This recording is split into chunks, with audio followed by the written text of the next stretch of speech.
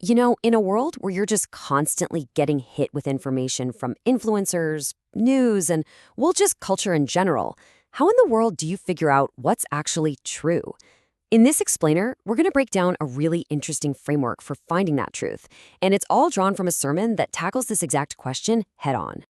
All right, so here's how we're going to do this. First, we'll tackle the modern problem of all this noise. Then we're going to jump way back in time to an ancient confrontation to find the solution. And that solution comes in a really practical three-step framework: how to rely on a solid source, how to spot and reject the fakes, and finally, how to judge things rightly. So first up, let's really dig into the core problem here. How do you find your footing in a culture that's just saturated with these powerful and, let's be honest, often totally conflicting influences? This speaker really frames this whole thing around this one big, powerful question. And it's a challenge every single one of us faces, right? It doesn't matter if the noise is coming from your TikTok feed, the news channels you watch, or just those subtle pressures from the world around you.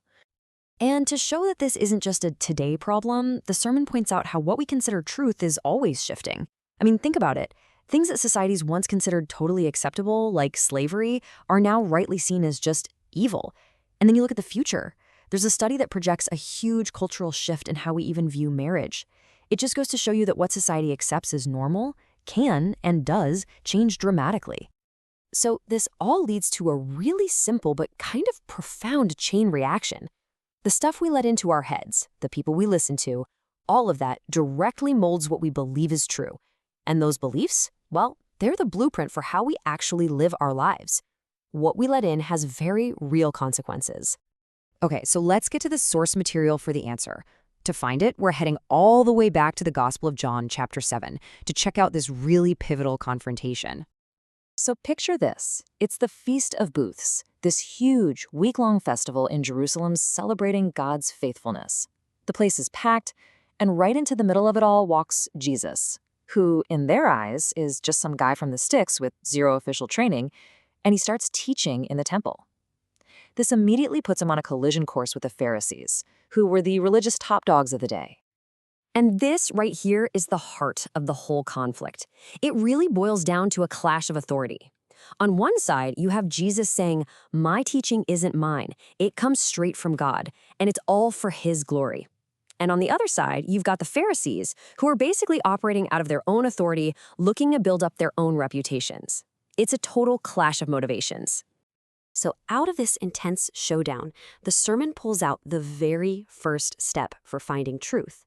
You have to build your entire foundation on a reliable source. In this context, it's what the sermon calls the Word, meaning the Scriptures. But, and this is so important, the sermon argues that just owning a Bible on your shelf isn't enough.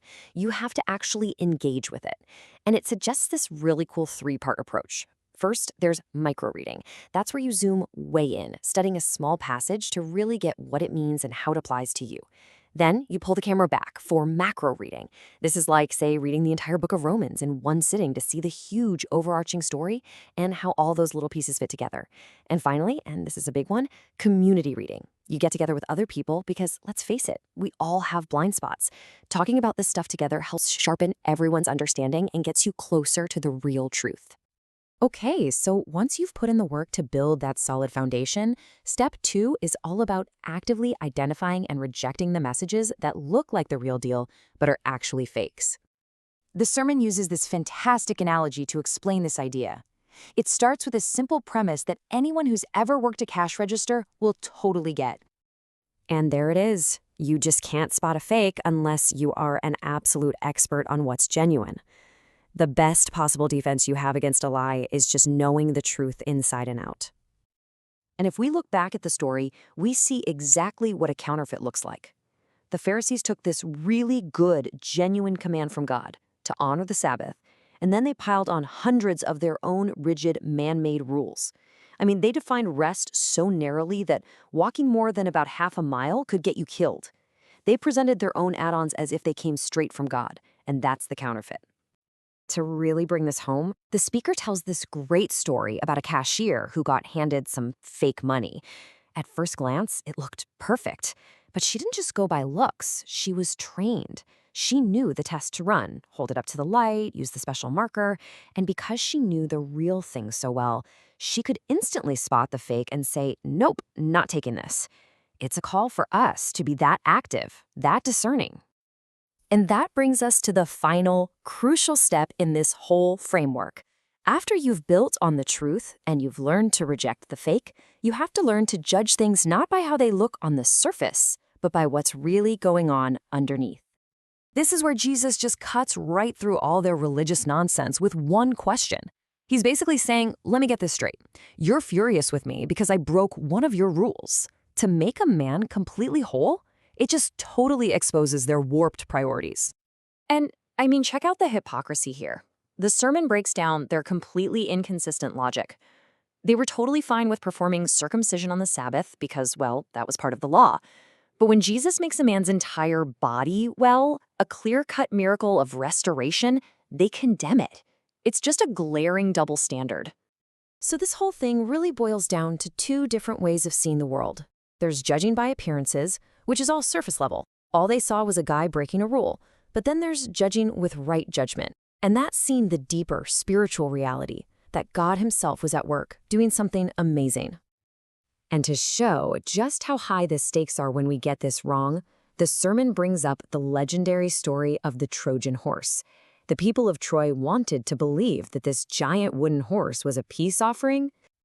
And because they judged by appearances, they literally wheeled their own destruction right through the front gates.